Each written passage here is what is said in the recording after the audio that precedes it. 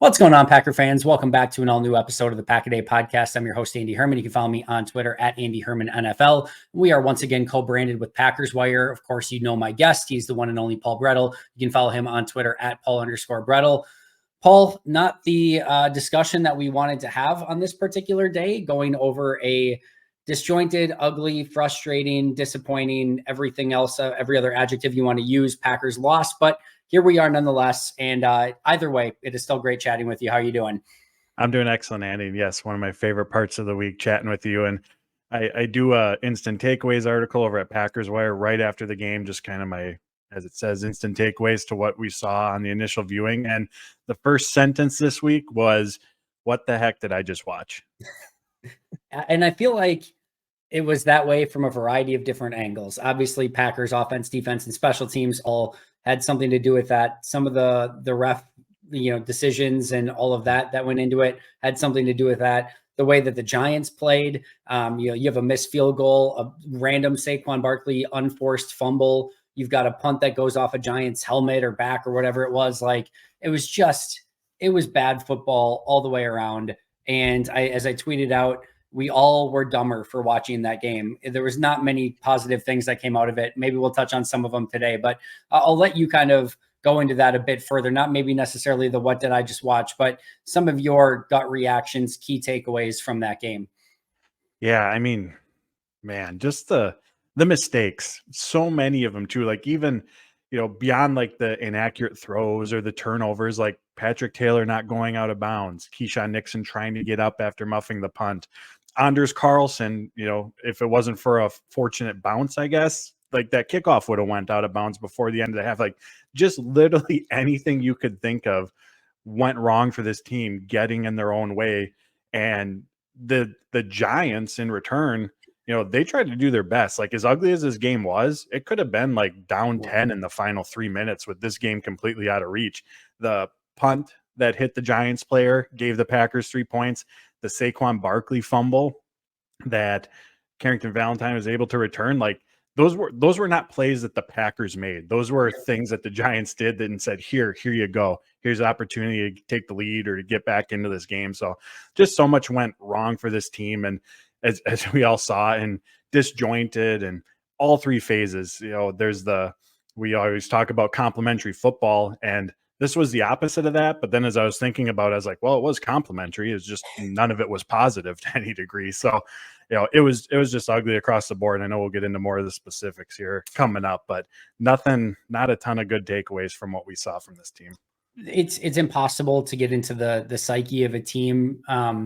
Is there anything that you like felt or saw or anything that would have led to this sort of regression coming off of the 3 wins that we just saw? Because, part of this is just the Jekyll and Hyde nature of a young and inexperienced team. And we understand that, we get that. It's just the polar ends of the spectrum at which this team plays at. I mean, games, and I know that KC and Detroit have lost recently. That Chargers win doesn't look as good. I get all of those things. But in the moment, the level of football that they played at in those particular games was so incredibly different than the level of football that they played in this game, some of their games earlier in the season. And it's really hard to know and understand. And like, it's not even like a one, like where you're going like, all right, one game good, one game bad. Like you can have a few games in a row that go atrocious, then a few games in a row that go amazing. Like, I don't know sometimes how to make heads or tails of what to expect in any given game or any given week. And just when you feel like it was all trending in the right direction, it was like abrupt stop, pause, pull you back and be like, just remember this team still has a lot to work on. Yeah, this was, coming into it, and I know it was talked about, but this was like the prime example of what a trap game is. You're coming off a 3-game win streak, 2 of them against, record-wise, what had been 2 of the better teams in the NFL. You're traveling across the country to the East Coast I know it's a Monday night game, and you assume players get up for that, but nonetheless, your week's thrown off a little bit. You have to wait an extra day. And like, it's a 4-8 Giants team that was coming out of their bye week, although I don't know how much of a difference that made, but nonetheless, additional opportunity to prepare. So everything about this game marked a trap game for the Packers. And going into it, there was the the side of the spectrum of, well, this is a young team, could they fall into that given how they're playing recently? Or this is a young team, is this just something that's going to roll off their back? And they're just, because that's one of the things that Matt LaFleur and even the veterans in the locker room have talked about this season. Like in the midst of that 4-game losing streak, when everything's going on, a lot of the comments were, this is a young team. They don't necessarily know, where you're supposed to be, in the, obviously you want to win games, but kind of what a 4-game losing streak feels like. You just show up to work the next day because that's what you do. And so you didn't know kind of what end of the spectrum they were going to fall on, where that inexperience was going to hit them. But man, that it just fell into that trap game scenario. And watching it early on, as Jordan Love had those inaccurate passes on the first few drives, I was wondering if, because we saw that in the preseason early on in the year, where it was a bit of a slow start and you're thinking, all right, Monday Night Football, maybe a little juiced up, he'll settle in. But that part actually never came for them. And I guess to take a little positive spin on this, being able to come up with that touchdown late in the game, and I know they were gifted good field position, but we saw several other examples early on in the season where they made their way, into opponent territory around the 20, 30-yard line, and they weren't able to convert those opportunities into score. So I think just that shows the growth of this team, specifically the offense, I should say, in terms of being able to convert that into the touchdown to give themselves the lead at that time. Because if the defense holds, that's the second time in 4 games that the offense goes down and scores in the final 2-3 minutes of the game to retake the lead. Like we always hear about, you got to learn how to win. Young teams got to learn how to, handle those situations. And I think that was a good example and shows the resiliency, as Matt LaFleur often uses, of the offense in particular, to just kind of shake off, and Jordan Love shake off everything that had been going wrong in that game. You got the opportunity in front of you and go down and take advantage of it. Especially after that drop pass, or batted away pass, I should say, by Malik Heath, just being able to respond to that. So in terms of trying to find some sort of positive, I feel that was a big one from the offense's perspective, that resiliency aspect. I agree. I think that was still a learning moment. And a lot of really good quarterbacks in this league have made a ton of money by sometimes having really bad games, but finding a way to have a game-winning drive at the end of the game when it mattered most and still pulling victory from the jaws of defeat. And it's not Jordan's fault. And we've gone through this with Aaron a million times before. It's not the quarterback's fault that they go down, score, take the lead, and then, the defense immediately gives it up without much resistance. And even from Jordan's standpoint too, like he didn't even have any say on the 2-point conversion. They ran a sweep play that took the ball out of Jordan's hands completely. So he kind of did his job, getting them down there, getting them in scoring position, getting the touchdown, and then the rest was out of his hands. So I do think that there was at least that piece of it from Jordan's side of things and from the offensive side of things, of you had to have this touchdown. You were on the road. You played like garbage all game long, but you've got one more chance. Can you go down and make the most of it? They did. And unfortunately, the defense just couldn't follow it up, which I'm sure we're going to talk about more as well. And it's probably a good time to transition maybe to the defensive side of the ball. And then one of the things that you wrote about, and obviously has been talked about ad nauseum already, has been the lack of sacks for this Packers defense in this particular game. There does seem to be a little bit of internal debate amongst Packers Twitter of, all right, well, how much credit do you want to give towards pressures? Because I know Devontae Wyatt is a little bit of a hot topic right now of like, all right, well, how do you want to grade Devontae Wyatt in not only this game, but a lot of this season, where he gets a decent amount of pressures, he finishes precious few of those pressures. And we've talked about in the past of how valuable pressure can be and how it can open up things for a lot of different good things to happen on your side of the ball. But sometimes a pressure can lead to the quarterback just sidestepping you. And if there's not, a tag team partner next to you ready to clean that up, it can lead to a scramble for 10, 15, 20 yards, as we saw yesterday with Tommy DeVito on a handful of different occasions. So your thoughts on the Packers' lack of sacks in this game and how big of an impact it had on that Giants game?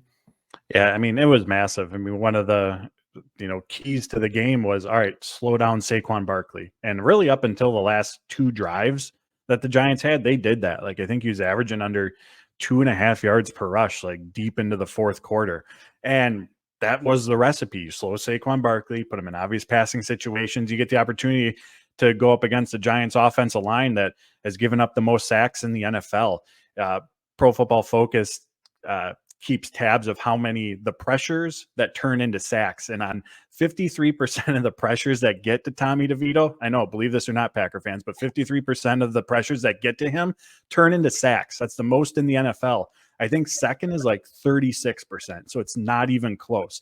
And the Packers, there were opportunities where they did generate pressure, but to your point, what's the value of pressure if you can't convert it into a sack? I think it's how the pressure comes about.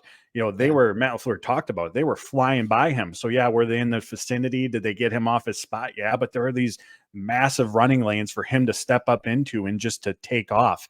And then you add on top of that some, Tommy DeVito read options that they dialed up. And, I get it. Maybe you're not necessarily fully prepared for that right away, given the quarterback, but you got to adjust at some point. And you could see on a number of those runs, the edge rusher, the guys on the outside, man, they were just locked into the backfield, looking for that handoff up the middle and just set up those big plays for him. So obviously that's just massive impact. It allows them to extend drives, as you mentioned, keeps them out of those obvious passing situations. But coming into the game, if you had told me they hold Saquon Barkley 2.5 yards per rush, I would have thought, hey, things are probably going to turn out okay for this Packers defense. But yeah, just an inability to convert in those situations. And they had been doing well from a pressure standpoint. I know it's been up and down this season, but they had the 3 key red zone sacks against Kansas City. They put up a ton of pressure numbers a week before against Detroit. I think Goff was under pressure like 52% of the time. So they had been trending in the right direction. And again, this was a Giants offensive line that's been susceptible in pass protection this season. So the formula for success was there. They did step one, slow the run game for the most part. The running back, I should say, but just too many huge running lanes, poor, fundamentals, responsibilities in terms of where you're supposed to be on the field. And Tommy DeVito, to his credit, took advantage of it. Yeah, no, I think so too. And you mentioned earlier complementary football. And obviously when we talk about that, we're mostly usually talking about how offense, defense, special teams all come together to play a brand of complementary football. But it definitely comes into play on your own, unit as well. And I've talked about in the past with Rashawn Gary of how he can be coming off the edge and getting some of these pressures. But if you don't have a player next to him that's also generating that pressure, or if the pocket is not collapsing around that player, it doesn't do much because quarterback will sidestep it, go into that hole that's now vacated by Rashawn Gary and has that running lane to the outside. And when you're playing a mobile quarterback, whether it's Patrick Mahomes or Tommy DeVito or whoever it might be, you have to really make sure that you have rush lane integrity to make sure that you're not giving up that open lane and getting to the outside and allowing them either to beat you with their legs or just have all the time in the world for somebody to come open. And we saw that over and over, the play along the sideline, that Matt LaFleur challenge, the touchdown against Carrington Valentine in the back of the end zone. It's not just the 70 plus yards that DeVito ran for in this game. It's also his ability to buy time and allow plays to set up outside of the structure of the offense and defense. And then you have to kind of just keep covering on the back end. And Green Bay struggled with that as well. And I think if I had to guess, and again, it's impossible to guess the psyche of players, they're going into this game saying, number one, of course, we have to stop Saquon. I mean, there's no question about that. That was their emphasis, and they did a pretty darn good job of that up until the final stretch of the game, as you mentioned. But I'm also sure that something in their mind is going, oh man, we're playing a team that had 69 sacks that they've given up throughout the course of the season. And it's even more when Tommy DeVito's in there. Let's go get some sacks. And you could tell, especially Rashawn Gary screaming off the edge, Devontae Wyatt maybe getting past his point on a couple times. Like, these guys were flying by and they were not keeping the integrity of everything. And I mentioned this to Aaron Nagler as well on Let's Talk Football today, but this felt like 11 individuals playing defense, not a team of players playing cohesive defense together. And that was what was so uncomplimentary about the defense's brand of football for me in this game. Mm-hmm. I think that's a really good way to put it. Let's go over to the offense for a little bit. You also wrote about, obviously, the lack of gravity that Christian Watson, like just not having him in this game. And he brings so much with him when he's going down the field, whether that's, just him being able to make those explosive plays down the field, or again, having that gravity to draw defenders to him. Luke Musgrave is a piece of that as well. Green Bay was missing some of their big time playmakers in this game. It felt like maybe, all right, maybe they can get away without Musgrave if they have Watson. Maybe they can get away without Watson if they have Musgrave. But when you have these two players that have the ability to threaten down the field and you don't have that, field gets condensed. Matt went out of his way, probably a little bit too much to try to get the game going horizontal to stretch the field that way. It just felt like everything was a little bit off with no Watson, Musgrave, and Jones in this one. Yeah, 100%. I mean, Jordan Love said after the game that the Giants did a really good job on the back end of taking away what they were trying to accomplish over the top, and credit to them. But part of that's a product of not having to worry about Christian Watson, like you mentioned. In addition to just what he can do in filling the stat sheet, the attention that he draws that creates opportunities for others, shifts how the opponent defends this Green Bay Packers offense, and they have playmakers, as we all know, as we've seen, Dontavian Wicks, Jaden Reed, but nobody can do what Christian Watson does. Nobody has that speed, size combination that defenses just have to respect right off the bat. That's where your attention has to go when he's on the football field. And as a result, the Packers struggled to, one, push the ball downfield. Love had been much more effective, much more efficient on passes of 20-plus yards. He was just 1 for 5 in this game with an interception on those downfield pass attempts. And in general, the Packers only had 2 passing plays of 20 or more yards, and it wasn't even to the receivers. A.J. Dillon had one on the check down on the catch and run, and then the Tucker Kraft over the middle that he picked up some yards after the catch as well. So that's been such a big factor. Matt LaFleur talks about it all the time. It's obviously known. Chunk plays leads to points.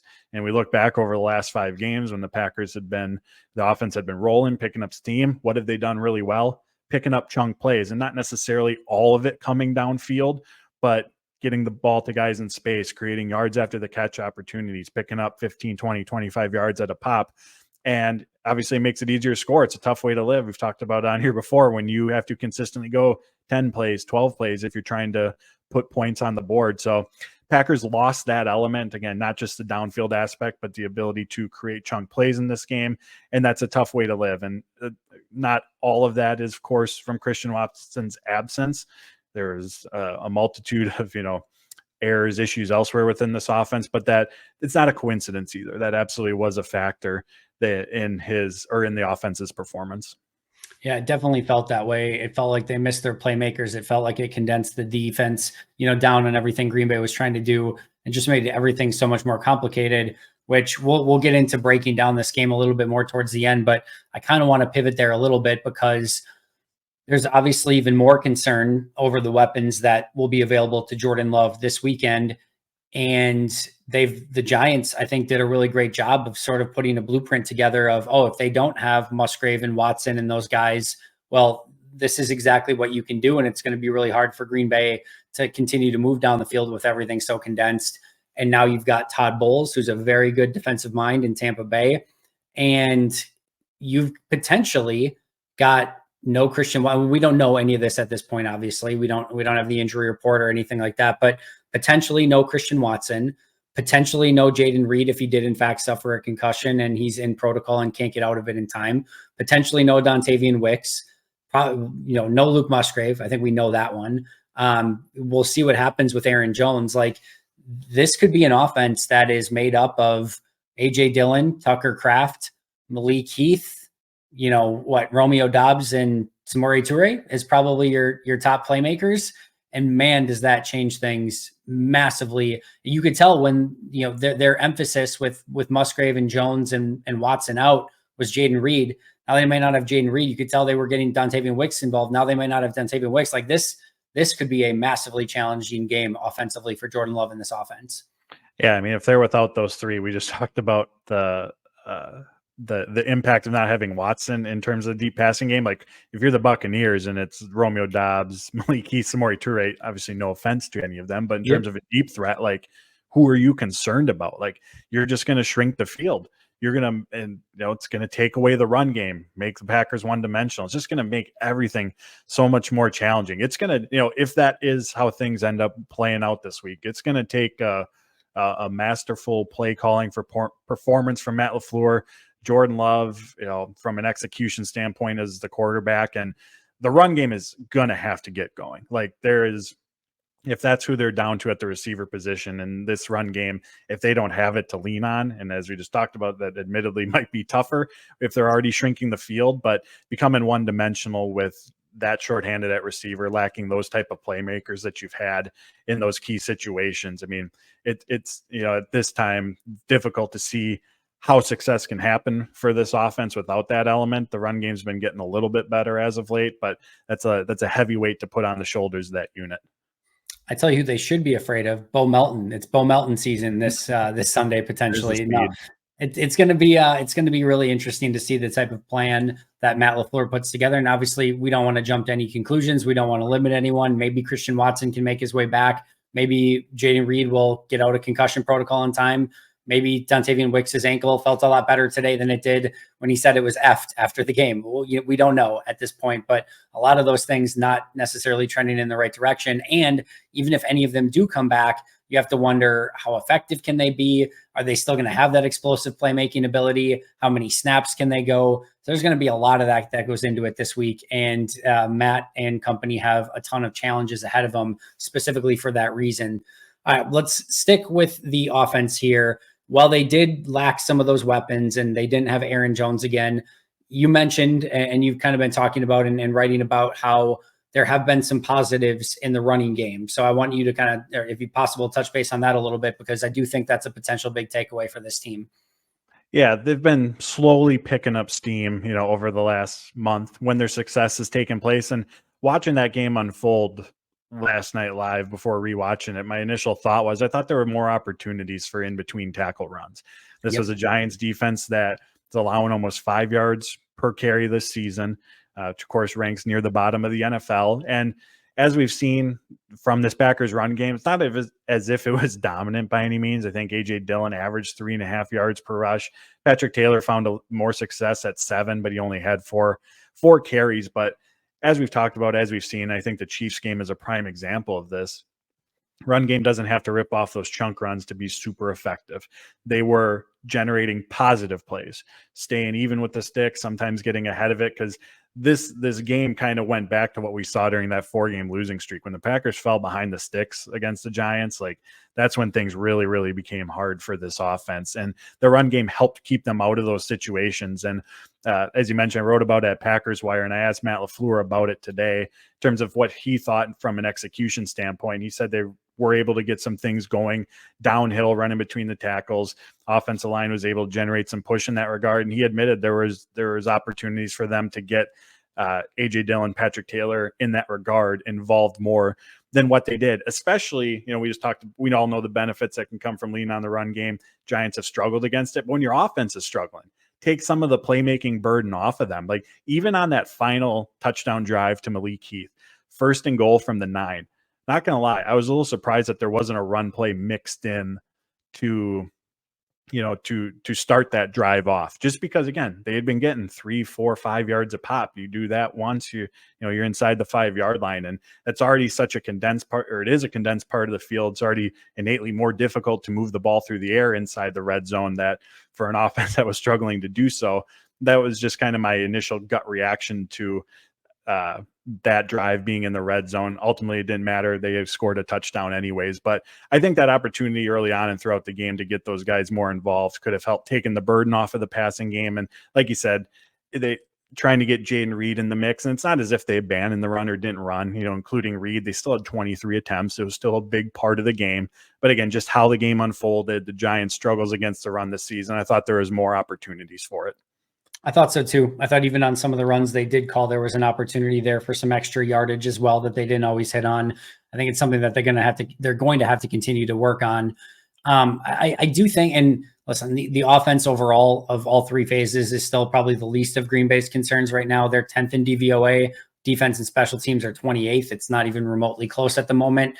And I do think this offense, especially, like, we haven't even seen, like, have we seen this offense healthy yet? Like, I don't know that. I know we haven't, because, like, really the only time Aaron Jones was healthy was week 1, and Christian Watson was not available until week 4 or something like that. And like Wicks and Reed were still getting ingrained. Week 1 was the only week they had Bakhtiari, if we even want to go in that direction. Like, we have not seen this offense healthy all season long. If they are, it probably looks a whole heck of a lot different.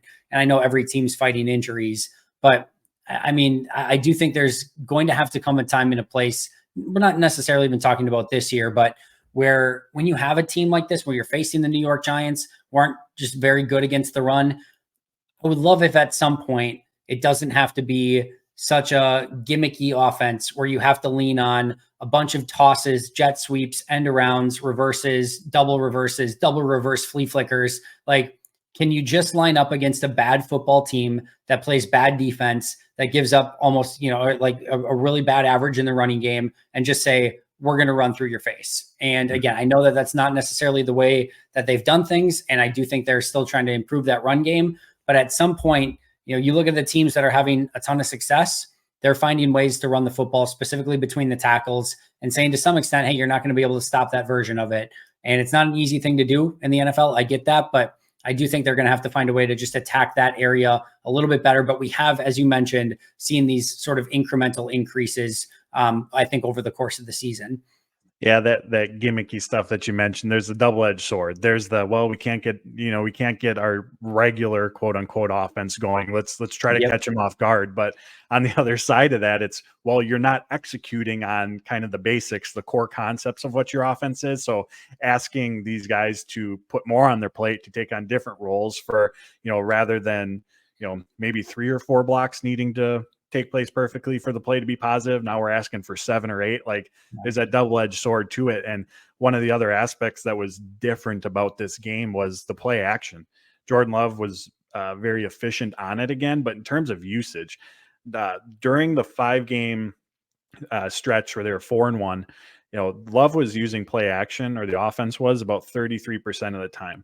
Last night, he had almost 40 pass attempts, and I think just 8 of them were off play action, so around 20%. So even though the run game was finding success, for whatever reason, I remember thinking this as the game was going on, it just wasn't as big of a factor as it has been for this offense, even though the run game, like I mentioned, was still, generating positive plays for them. It wasn't really, from at least a yards per carry perspective, wasn't really all that different than what we saw a week ago against Kansas City. No, I'm with you. And even just some bootleg stuff, just to get Jordan moving a little bit, just felt like there was some stuff that they never really got to. And I do feel like sometimes Matt can abandon stuff when they get down, or when like a couple things aren't clicking, and all of a sudden it's just like it's all off script. And I don't know. I just felt the whole thing was just disjointed all night long. And there's no better way to put it. They never got in any sort of rhythm at any point in that game. Another thing I wanted to talk about is clearly an aspect of the game that comes into this every single week, and that's turnovers. It's like the biggest, statistic that generates wins or losses in the league. Of course it matters, but it does feel like this Green Bay team is almost dependent upon that turnover battle, meaning if they're doing well, they're getting turnovers and they're getting points off of it. And if they're not doing well, we're seeing exactly what happened in this game against the Giants, where they were giving the ball back to the Giants left and right, whether it was interception, fumble, the Keyshawn fumble, etc. Like A, how important have turnovers been to this team? And B, what can they do to limit it on their side and generate more on the opposite side? Yeah, I believe they're 4-1 when winning the turnover battle, 1-1 when they split it, and then if the math works out, 1-5 now when losing it. Like you said, like that determines it. When that third turnover happened, that was kind of in my head, and the game ended up being closer than I thought at that point. But that was kind of in my head of like, okay, that's too much to overcome. Fortunately, the Giants gifted a few back to them, but obviously that's twofold. It's protecting the ball and generating turnovers. And this defense has been bad at generating turnovers this season. Against the Lions and Chiefs, of course, they pull off those 2 wins. They were able to win the turnover battle. I think the defense had 4 between those 2 games in terms of takeaways. Matt LaFleur has talked about that repeatedly over the last few weeks, how that's an area where they have to get better at. From the interception perspective, at least it feels like there's, with their style of play, they're just not in a lot of positions to make plays on the football.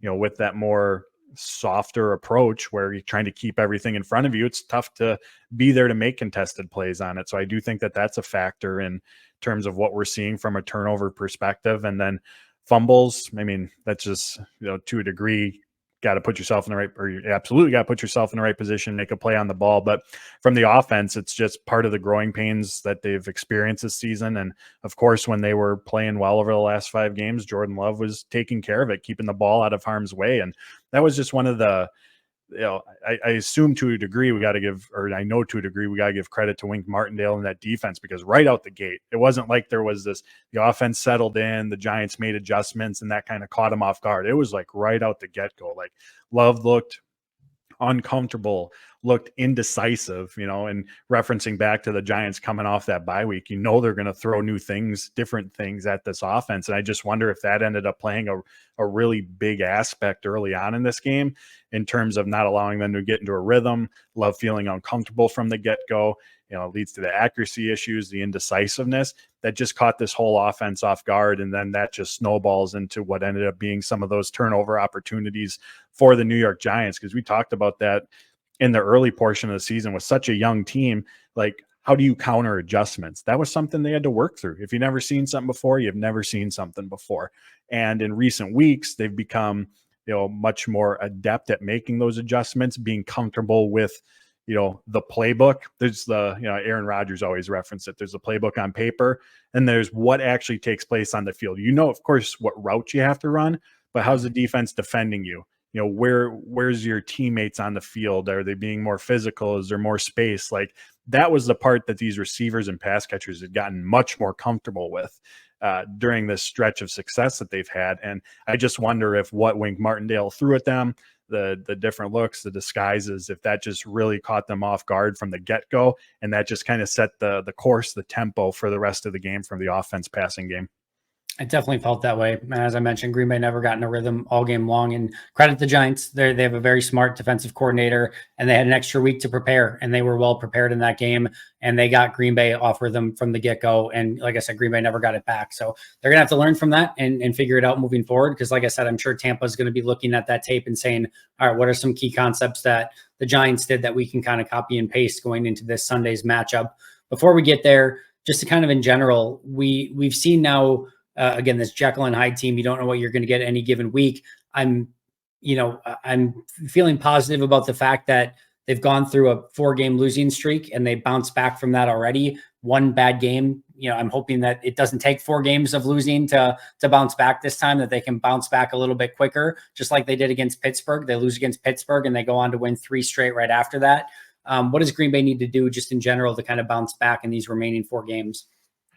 I think a lot of it's just the hit the reset button. Like, if we want to try to take a positive spin on this, like, coming down the final stretch of the season, maybe getting punched in the mouth a little bit and, not bringing your A game is, an opportunity to hit reset, get back to the basics, the fundamentals, realize that what you did against the Lions and the Chiefs isn't just how you're going to stroll out every Sunday and what's going to take place. Because, thinking through that question, it's just so much of it comes down to just the execution, obviously. And there's nothing that stands out in terms of like, the run game has to be a lot better, or, what I mean? It's just, Yep. There was just this avalanche of mistakes and errors that, to a degree, and not to discount it, but you're like, that's not going to happen again, I guess. Right.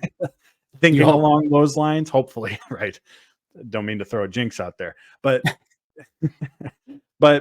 so there's nothing really specific that comes to mind, but I think it's just hit the reset button, get back to, what you want to accomplish with the offense from the defensive, scheme, all that stuff. So there's nothing huge in my mind that stands out in that regard, but I think it's just the opportunity to take a step back and, make that final push over these last 4 games.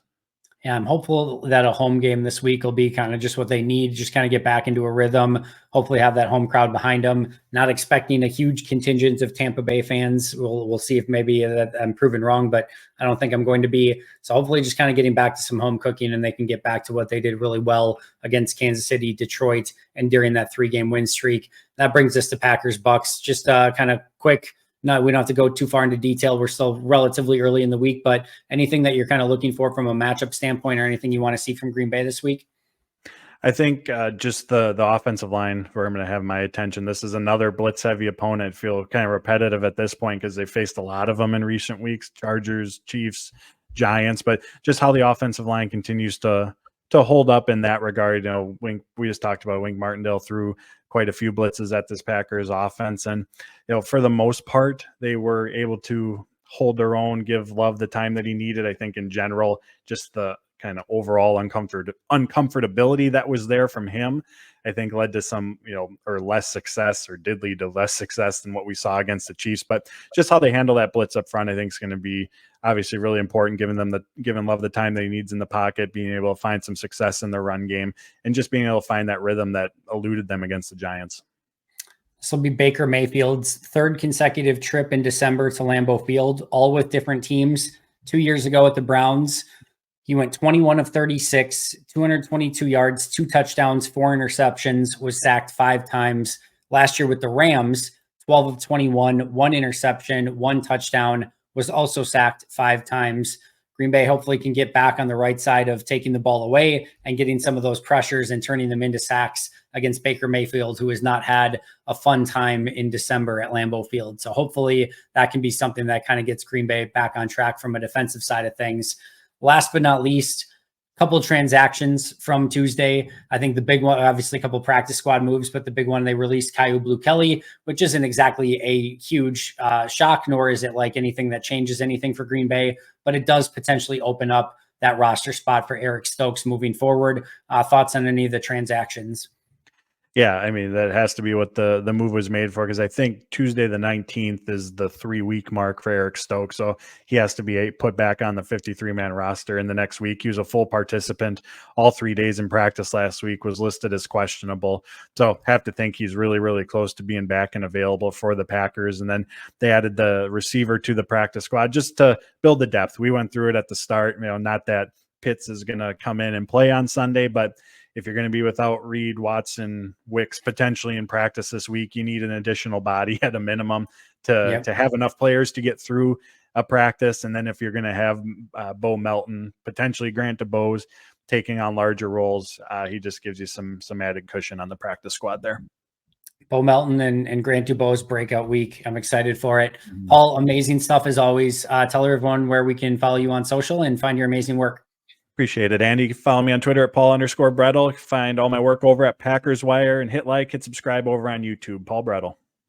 I always forget to say that. So hit like and subscribe here too, if you have not already. Of course, make sure to follow the podcast at Pack a Day Podcast. You can follow me at Andy Herman NFL. Go follow Paul on YouTube. He does absolutely amazing work. So make sure you're checking that out every single week. That's going to do it for us though. Until next time. And as always, go Pack Go.